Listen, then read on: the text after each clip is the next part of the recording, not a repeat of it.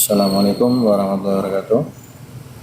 Eh, untuk pertemuan kali ini kita akan membahas tentang operasi, di mana operasi yang akan kita bahas ini adalah operasi pengulangan.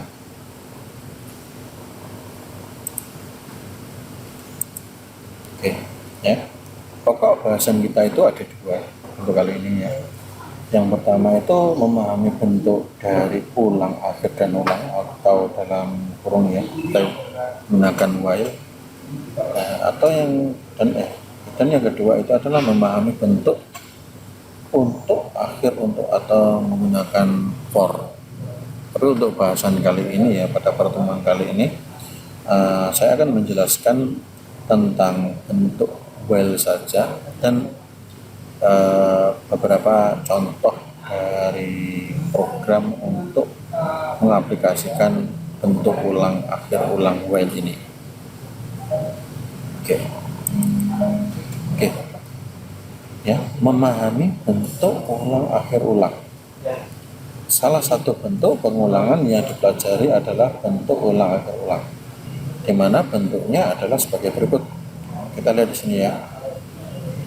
Oke.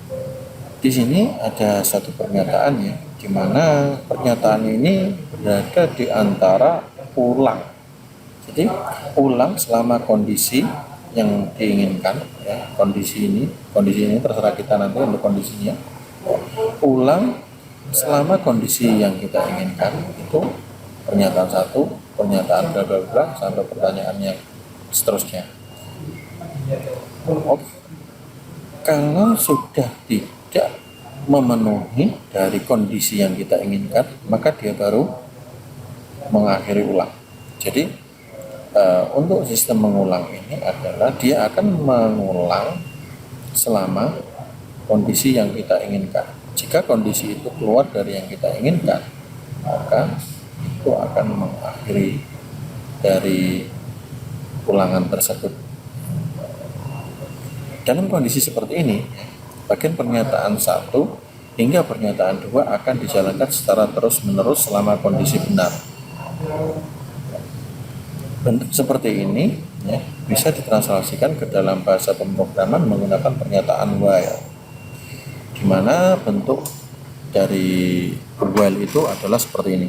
Jadi ini adalah bentuk dari pernyataan pengulangan menggunakan while ya. Jadi ada while kondisi ya. Kondisi ini yang sesuatu yang kita inginkan tadi. Ya, sudah saya jelaskan tadi ya. Kondisi. Kemudian masuk ke pernyataan 1, pernyataan 2. Kemudian kembali lagi ke atas.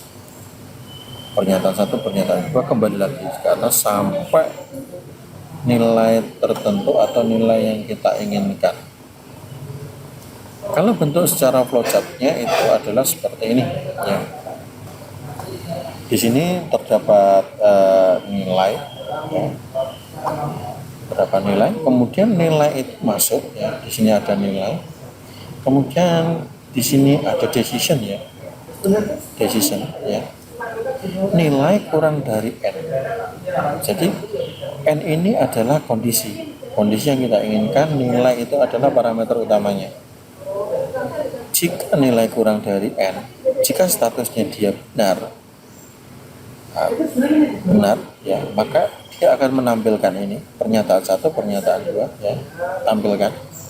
Jika kondisinya salah, dia langsung ke akhir ulang atau n di sini, atau keluar dari kondisi.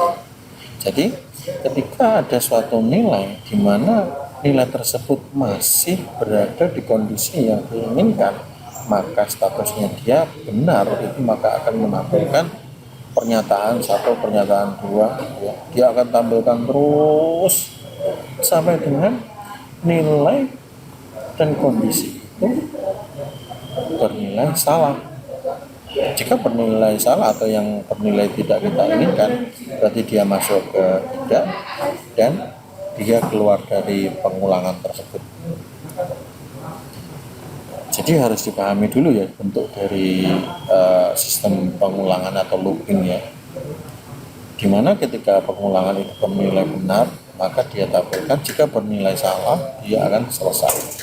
Di sini selalu terdapat nilai yes atau no dan no, ya atau tidak, y atau dan t, atau y dan n, terserah ya. Sampai nanti bisa memilih salah satunya, sampai bisa menggunakan ya tidak atau yes and no. Oke, saya harap sampai paham dalam memahami flowchart ini ya untuk struktur while. Oke, nah, oke ya. Jadi di sini ya ada while ya, ekspresi ya. Kemudian di dalam ekspresi itu terdapat suatu statement atau format yang biasa digunakan itu adalah while, ekspresi, kemudian statement. Oke. Di sini harap diperhatikan dengan baik ya. Ini adalah bentuk dari flowchart untuk while. Jadi di sini ada proses, ada decision ya, ada output ya, kemudian ada finish atau selesai. Di sini terdapat tanda N dan juga tanda Y ya. Ini untuk kondisi iya benar atau N no untuk kondisi tidak benar atau kondisi salah. Oke. Ya, harap diperhatikan. Oke. Di sini kita menggunakan suatu variabel. Kalau untuk contoh ya, di sini saya menggunakan variabel i sama dengan 0. Ya. Di sini i awal itu adalah 0. Oke, i awal itu adalah 0. Kemudian masuk ke sini. Nilai i yang 0 ya, itu dipertanya atau di suatu permisalan ya, jadi decision itu ditanyakan apakah nilai i kurang dari 5 ya. Jika jawabannya benar ya, itu maka tampilkan. Jika jawabannya salah, itu maka akan selesai. Oke. Harap diperhatikan. I sama dengan 0. I di sini berarti bernilai 0. I awal bernilai 0. 0 kurang dari 5. Berarti benar. Kalau dia benar ya, kalau dia benar berarti tampilkan. Yang ditampilkan itu apa? Adalah statement. I di sini bernilai, di awal bernilai 0.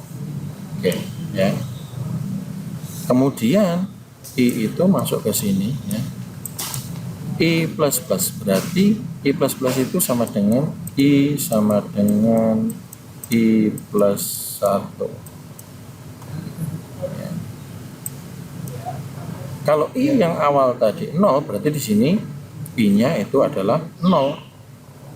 I sama dengan i plus 1 berarti 0 sama dengan 0 plus 1 berarti nilai di sini selanjutnya adalah 1. Di sini masuk ke sini lagi 1 kurang dari 5. Jawabannya benar.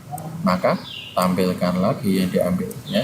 Kita tampilkan statementnya. Jika i-nya itu masih di bawah nilai yang kita tetapkan, maka dia akan melakukan pengulangan terus. Dia akan muter terus di antara ini ya. Dia akan muter terus sampai nilainya itu bernilai salah atau statementnya salah. Jadi contohnya seperti ini. Kalau kita tadi masih i kurang dari 5 dan benar terus, bagaimana kalau i di sini itu terakhir bernilai 4? Oke, i di sini bernilai 4, maka i kurang dari 5 benar, tampilkan ya. Di sini i bernilai 4. Ya. Ketika i bernilai 4 ya, maka 4 itu sama dengan 4 plus 1. Jadi nilai i itu adalah yang terbaru 5. Apakah 5 kurang dari 5? Jawabannya pasti tidak. Nah, maka kalau jawabannya tidak, dia akan masuk ke N ini atau no dan mengakhiri loopingnya. Nah, jadi harap diperhatikan ya untuk proses looping dari sistem ini ya, agar sampean tidak bingung. Jadi nanti kalau sampean bingung ya bagaimana? Sampean harus bisa memahami dari flowchartnya untuk model pengulangan tersebut, ya. Kalau untuk contoh programnya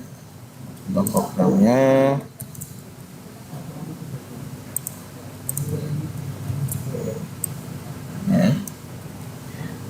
di mana integer i, ya, i awal bernilai 0, i kurang dari 5, dan selanjutnya adalah dia menampilkan tulisan pernyataan ini, ya. Nah, jadi persen D untuk nilai i-nya, pernyataan untuk keterangannya. Nah, di sini ada i plus plus atau i sama dengan, ini bisa saya tuliskan seperti ini, i sama dengan i plus 1, bisa saya tulis seperti ini. Nah, ini saya pilih salah satu antara ini atau ini. Oke, ini kalau kita coba program, ya, kita coba running, kita coba tampilkan, nanti hasilnya dia akan seperti ini.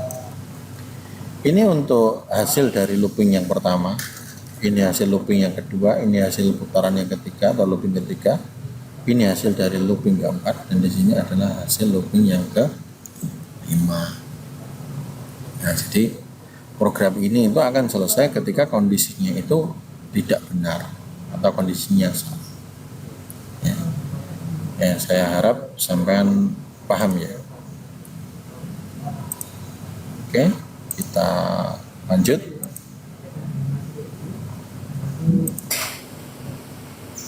Kalau tadi, ya, kalau yang tadi itu kita menggunakan i-nya ini adalah plus plus, ya. Bagaimana kalau i-nya itu adalah min min seperti ini? Jadi fungsinya itu harus dibalik dan logikanya juga harus dibalik, ya. Jadi kalau i di sini awal itu bernilai 5, ya. Untuk menggunakan format i min min itu nilai i harus lebih besar daripada 0, ya. Jadi input i awal itu nilainya harus lebih besar daripada 0. Atau bisa saja sebenarnya nilai 0 ini saya rubah menjadi nilai berapapun, tapi nilai inputnya dia untuk i awal itu harus lebih besar daripada ini. Oke, sebagai contoh seperti ini saja. Oke. I awal itu bernilai 5, kemudian i min min, ya, kemudian i lebih dari 0.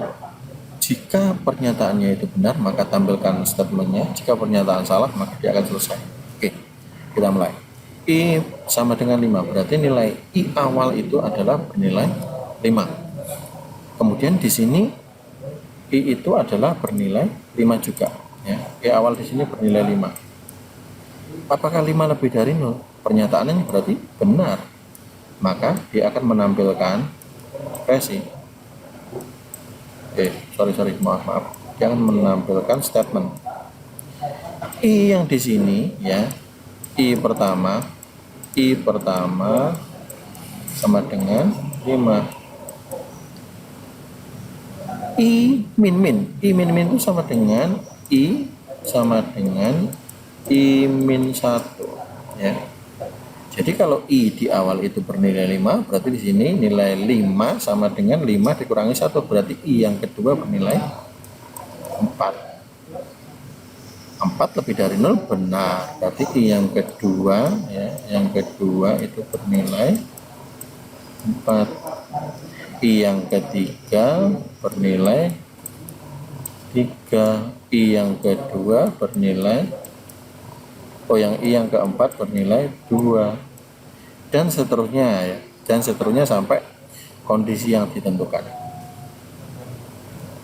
Jadi yang membedakan antara i plus plus dan i min min itu adalah jenisnya saja, ya. Jadi kalau i min min itu berarti nilai i-nya dikurangi, kalau i plus plus berarti nilai i-nya ditambah, dan hasilnya nanti hampir sama sebenarnya, tapi posisinya dia terbalik.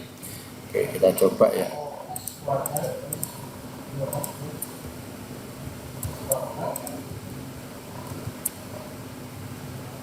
I min min ini, ya. Oke, kita coba running, ya, dia akan keluar seperti ini, ya, pernyataannya. 1, 2, 3, 4, 5. dia tidak akan memunculkan 0. Karena kalau sampai 0 berarti kan 0 itu tidak lebih dari 0 kan, maka tidak bisa. Ya, kita lanjut. Nah ini, bagaimana sih kalau kita itu membuat suatu program untuk menampilkan bilangan ganjil saja, di mana bilangan ganjil itu yang kita ingin tampilkan itu adalah bilangan 1 sampai dengan 10.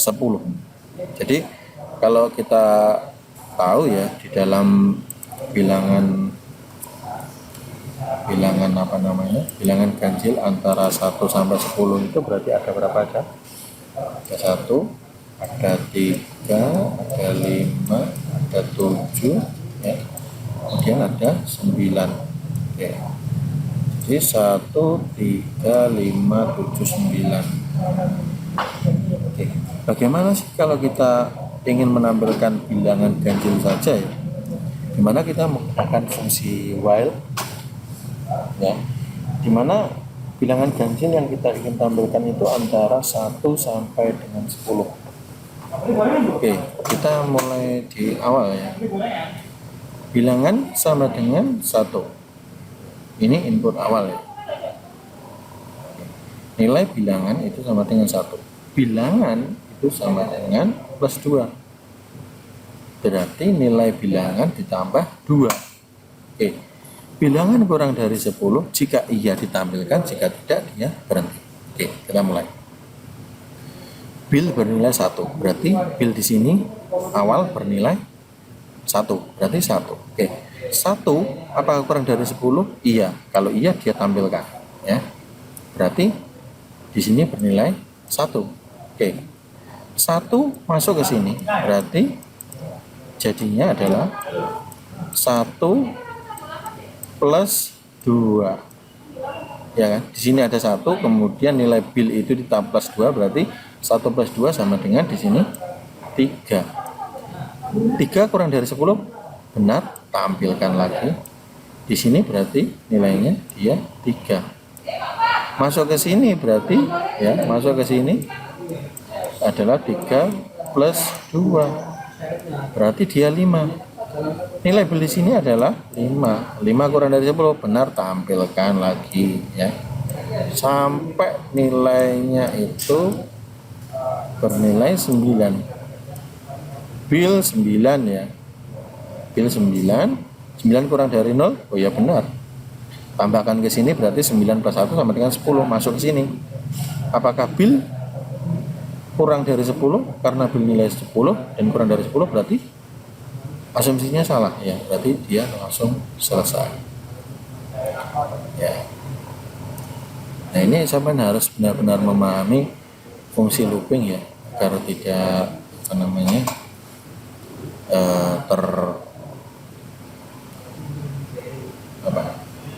maksud saya itu sampai tidak bingung dalam memahami dari segi flowchartnya ya, dimana memang dia flowchartnya terus looping ya sampai nilai yang diinginkan dan ditetapkan.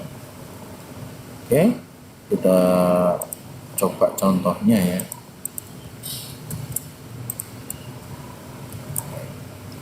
Coba contohnya. Nah, di sini kita bisa lihat bilangan yang keluar itu adalah 1, 3, 5, 7, 9. Oke ya. Saya harap sampai sini paham semua ya. Kalau paham, kita lanjut ke slide berikutnya.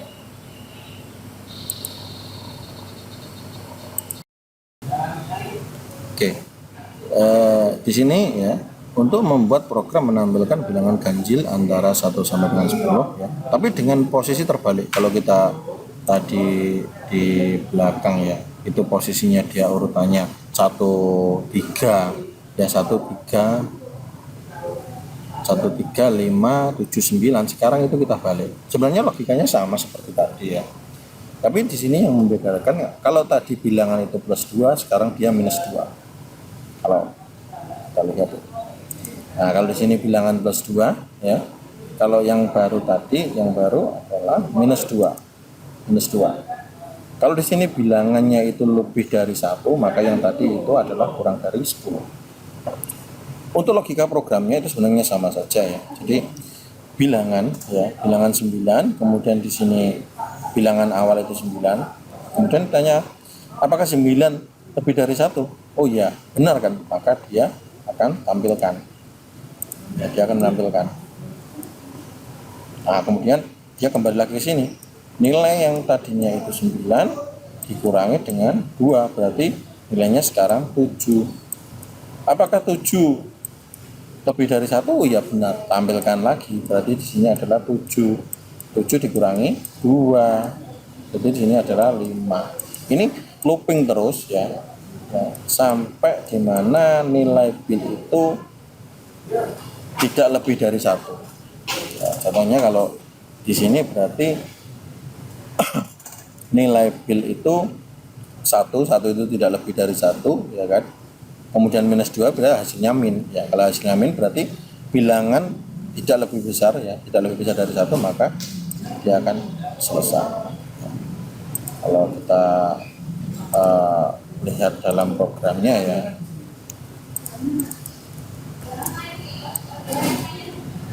Oke. Running. Ya, hasilnya seperti ini. Kebalik. Jadi 97531. Oke. Ini programnya.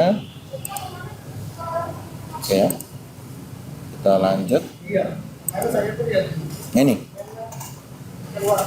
Ini adalah salah satu program ya, contoh program menghitung nilai n di mana n adalah bilangan yang dimasukkan dari keyboard. Nah, contohnya di sini 1, 2, 3, 4, 5 sampai dengan n.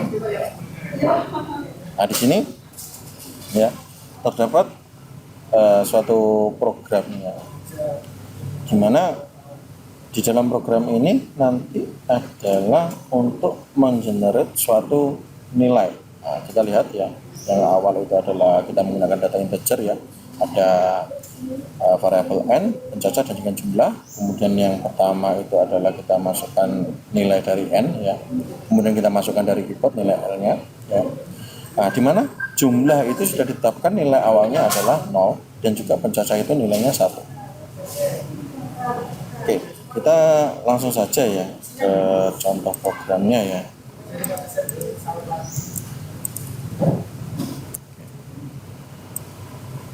Oke. Ya. Well, pencacah kurang dari n. Oke. Anggap saja kita running dulu ya. Nilai n ya. Nilai n kita sesuaikan dengan contoh ini ya. Nilai n itu adalah 2. Oke. Kita masukkan nilai n itu 2. Nah, nilai n 2, jumlah 0, pencacah 1. Oke. While pencacah kurang dari n. Oke, nilai pencacah di sini adalah 1, berarti kurang dari sama dengan n. Statusnya dia benar. Kalau benar berarti jumlah sama dengan jumlah plus pencacah. Oke, jumlahnya itu bernilai 0 ya. Pencacah bernilai 1, berarti jumlah atau jum di sini ya. Jum sama dengan jum plus 1, berarti nilai jum adalah 1. Oke. Jum bernilai 1. Kemudian pencacah nilainya 1 ya. Kemudian pencacah plus 1 berarti pencacahnya berapa? Bernilai 2. Oke. Berarti nilai jumlah itu adalah 2. Berarti 2 dari nilai n kalau kita generate-kan nanti akan keluar nilai berapa? Oke, jumlahnya dia ada 3. Nah, begitu seterusnya ya. Jadi ini hanya untuk menghitung deret saja ya. Ya bisa dibilang deret sih. Tapi ini masih yang sederhana ya. Jadi kalau seandainya kita running untuk contoh selanjutnya itu kita masukkan bilangan bernilai 4 ya, maka dia sini adalah 10. Nah, ini halnya terjadi karena apa? Karena sistem dia itu looping terus di sini ya. Nah, looping terus sampai nilai pencacah ini tidak kurang dari n. Kalau dia loopingnya di sini sampai 100 kali, contohnya di n 100 kali, berarti nanti di sini nilainya akan semakin besar. Kenapa? Karena sistemnya dia akan menambah. Ya, seperti yang saya jelaskan untuk contoh yang 2 tadi. Jadi ya, maka kita masukkan 2. Nah, ini nanti loopingnya dia cuma sebentar, karena nilai pencacah sekarang 1, di looping sekali lagi ya, pencacah bernilai 2, nah, pencacah bernilai 3 dan selanjutnya. Oke ya. Saya lanjutkan ya. Nah, di sini contoh untuk membuat sebuah program yang meminta nilai n ya, sebuah bilangan bulat yang dimasukkan dari keyboard, kemudian menampilkan nilai rata-rata. Jadi sebenarnya ini hanya untuk mencari nilai rata-rata dari suatu nilai yang kita masukkan, tapi menggunakan perintah while. Nah, itu saja. Untuk mencari rata-rata ya seperti biasa. Jadi nilai data ke-1 ditambahkan data kedua, kemudian ditambahkan data ketiga, kemudian total dari jumlah data ini dibagi dengan 3. Nah, seperti itu. Jawabannya juga ini sama. Kalau kita masukkan jumlah data 7, berarti nanti faktor pembaginya juga 7. Ini sebenarnya contoh sederhana saja ya untuk mencari sebuah nilai rata-rata, tapi ini menggunakan while. Oke. Biar tidak terlalu lama dan memakan waktu ya, kita lanjut saja. Oke. Di sini ini menampilkan nilai sebuah deret ya. Kalau kita lihat di sini 1 2 4 7 11 16 22 29 37 46. Berarti kita sudah mengetahui deretnya ya. Deretnya. Oke, ini masukkan adalah bila bilangan yang dimasukkan adalah 50, maka deret tidak boleh melebihi bilangan terangan tersebut. Jadi kalau saya contohkan di sini ya, kita buka programnya, ada di sini. Oke, di sini menggunakan suatu variabel integer ya, dimana namanya variabel n berdasarkan dengan nilai. Kemudian masukkan nilai pembatas. Pembatasnya itu adalah anggap saja nilai 50. Oke, kita masukkan pencacah sama dengan 1, nilai juga 1. While nilai kurang dari n, n-nya berapa? N-nya 50. Oke kan? 50 berarti nilainya berapa? Nilai itu 1. Oke, berarti print d persen d, nilai. Berarti nilainya di sini adalah berapa? Nilainya berapa? 1. Oke. 1, nilai yang 1 itu ditambah nilai plus pencacah, berarti pencacah tambah nilai. Nilai sama dengan 1 tambah 1 berarti 2 ya. Kemudian pencacah sama dengan pencacah 1, berarti pencacahnya juga bernilai 2.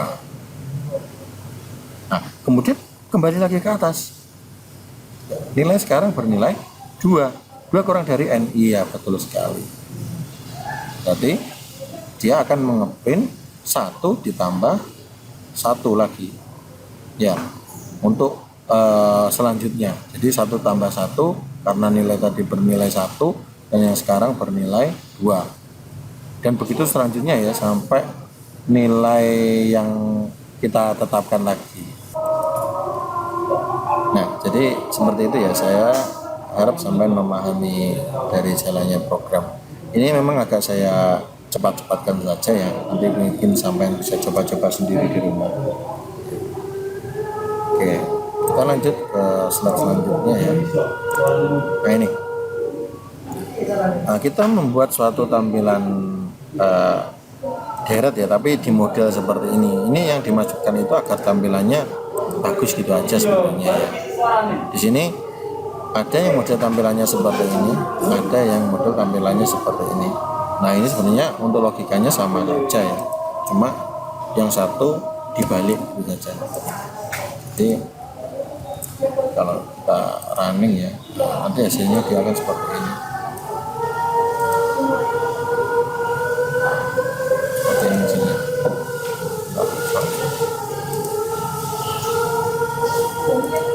Oke. Nah, ya hasilnya nanti akan seperti ini ya.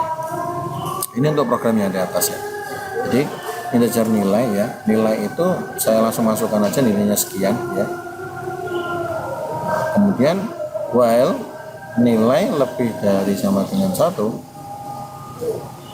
berarti printf 1D backslash n nilai. Nah, kemudian nilai dibagi 10. Jadi nilai di sini ya kan masuk ke while, apakah nilai ini lebih dari 1? Jawabannya pasti iya. Kalau iya berarti nilai ini dibagi 10. Berarti tinggal ambil nolnya 1 saja. Kemudian mohon maaf, ini ditampilkan dulu ya, ini ditampilkan dulu, kemudian baru dibagi 10. Oke. Setelah dibagi 10, dia naik ke atas lagi sini, dicek lagi nilai yang telah dibagi 10 ini apakah lebih besar daripada 1. Jika iya, dia ditampilkan lagi, kemudian dibagi 10 lagi, dan begitu selanjutnya sampai nilai itu tidak lebih dari sama dengan 1. Jadi contohnya kalau di sini tidak bisa ya, karena nilainya ini nanti berakhir di nilai 1 ya, karena nanti endingnya yang terakhir itu adalah 10, dimana 10 dibagi 10 itu adalah 1. Jadi 1 itu sama dengan nilai 1. Jadi nanti tampilannya seperti ini. Oke, itu untuk tampilan yang pertama. Kalau untuk yang kedua ini ya sama saja sebenarnya, cuma ini dibalik saja fungsinya.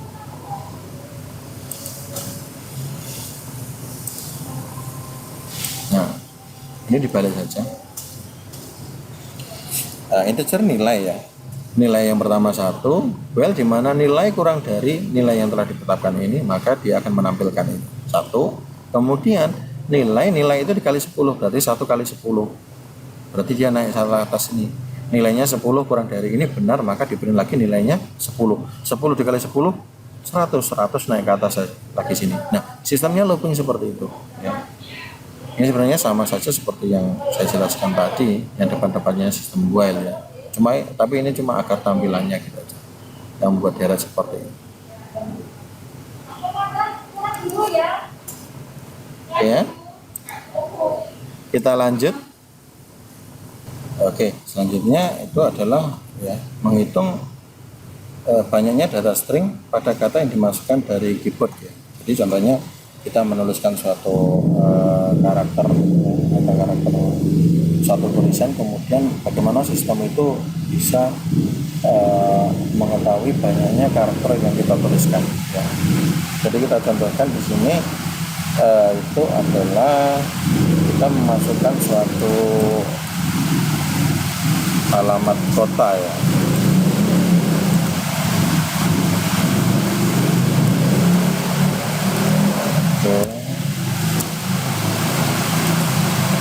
Caranya kita coba tulis di sini Yogyakarta. Nah, karakternya itu ada 5 buah ya. Jadi 1, 2, 3, 4, 5. Oke. Ya. Kita perhatikan program di sini ya. Perhatikan programnya. Perhatikan programnya. Di sini kita menggunakan tipe data karakter ya, yang kita sediakan 50 buah space untuk karakternya. Kemudian ada variabel nilai yang bentuknya integer ya. Kemudian yang pertama ya, masukkan data dari kata, yaitu bentuknya tadi. Untuk masukannya saya menggunakan get. Nilai sama dengan 0. Oke. Di sini data ya. Data itu adalah, ini modelnya data yang pertama. Oke, data pertama ya. Tidak sama dengan ini ya. Tidak sama dengan ini apa? Karakter 0. Ya, ini untuk karakter 0. Jadi apakah data di sini itu tidak sama dengan karakter 0 ya? Jika iya, maka dia akan menampilkan suatu variabel, di mana variabel itu nanti yaitu nilai, di mana nilai yang tadinya 0 itu adalah nilai plus 1. Nah, kemudian ini di counter ya, nilai yang 0 itu berarti dia adalah untuk nilai karakter yang pertama, itu nanti disimpan di sini ya. nilai yang pertama, nilai yang kedua, nilai yang ketiga, dan juga karakternya itu disimpan. Nanti endingnya nilai-nilai tersebut itu nanti akan di jumlah sini. Apakah contohnya jika terakhir kali ya itu setelah A ini itu sudah tidak ada karakter, nah berarti data nilai itu tidak sama dengan karakter 0, berarti statusnya dia salah, maka dia baru mengeprint jumlah karakter yang ada di dalam tulisan yang kita masukkan. Contohnya Yogyakarta, jadi jumlah ada 1, 2, 3, 4, 5. Bagaimana kalau datanya dia agak lebih panjang? Saya contohkan di sini kita masukkan Surabaya berapa? 8. 1, 2, 3, 4, 5, 6, 7, 8, ada 8 karakter. Ya. Lanjut. Nah, di sini. Kali ini hanya untuk membalikan saja ya. Jadi ada suatu fungsi ya, dimana fungsi tersebut ketika kita gunakan itu kita bisa membalikkan suatu tulisan. Nah ini contohnya kalau di sini ya itu membalik sebuah tulisan Jogja menjadi Aigoy. Ini sama seperti tadi ya, saya menggunakan get juga untuk cat data dan juga nilai. Nah di sini nilai itu sama dengan ya starlen ya, data -1 ya. Starlen ini itu adalah fungsi ya digunakan untuk menghitung panjang karakter pada suatu string. Jadi starlen ini fungsinya untuk menghitung panjang karakter ini ya. Oke, well nilai ya, nilai panjang karakter ya, panjang karakternya ini ya -1, nah, itu nanti dia akan mengeprint ini. Print C data nilai ini sama seperti yang saya jelaskan tadi, ada datanya, ada data ini, kemudian ada nilai-nilainya itu yang keberapa? Nilai yang pertama. Nah, dianggap saja nilai yang pertama panjang karakternya yang terbaca itu ada 5, 1, 2, 3, 4, 5. Nah, ya, berarti nilainya nanti itu diprintnya yang kelima dulu, berarti nilai Y dulu. Setelah itu nilai 5 dikurang 1 berarti nilainya menjadi 4. Apakah 4 lebih dari 0? Betul. Kemudian diprint lagi. Di sini nilainya yang ke setelahnya. Ya, nilai di sini berarti 4 ya. 4 ya, 4 itu berarti karakternya dia O ya, karakternya O, kemudian masuk ke sini lagi di -1 berarti nilai yang terbaru adalah 3. Jadi kalau kita running programnya ya itu jadinya akan seperti ini ya. Untuk katanya kita masukkan Yogyakarta, kita enter, hasilnya adalah Aigoy.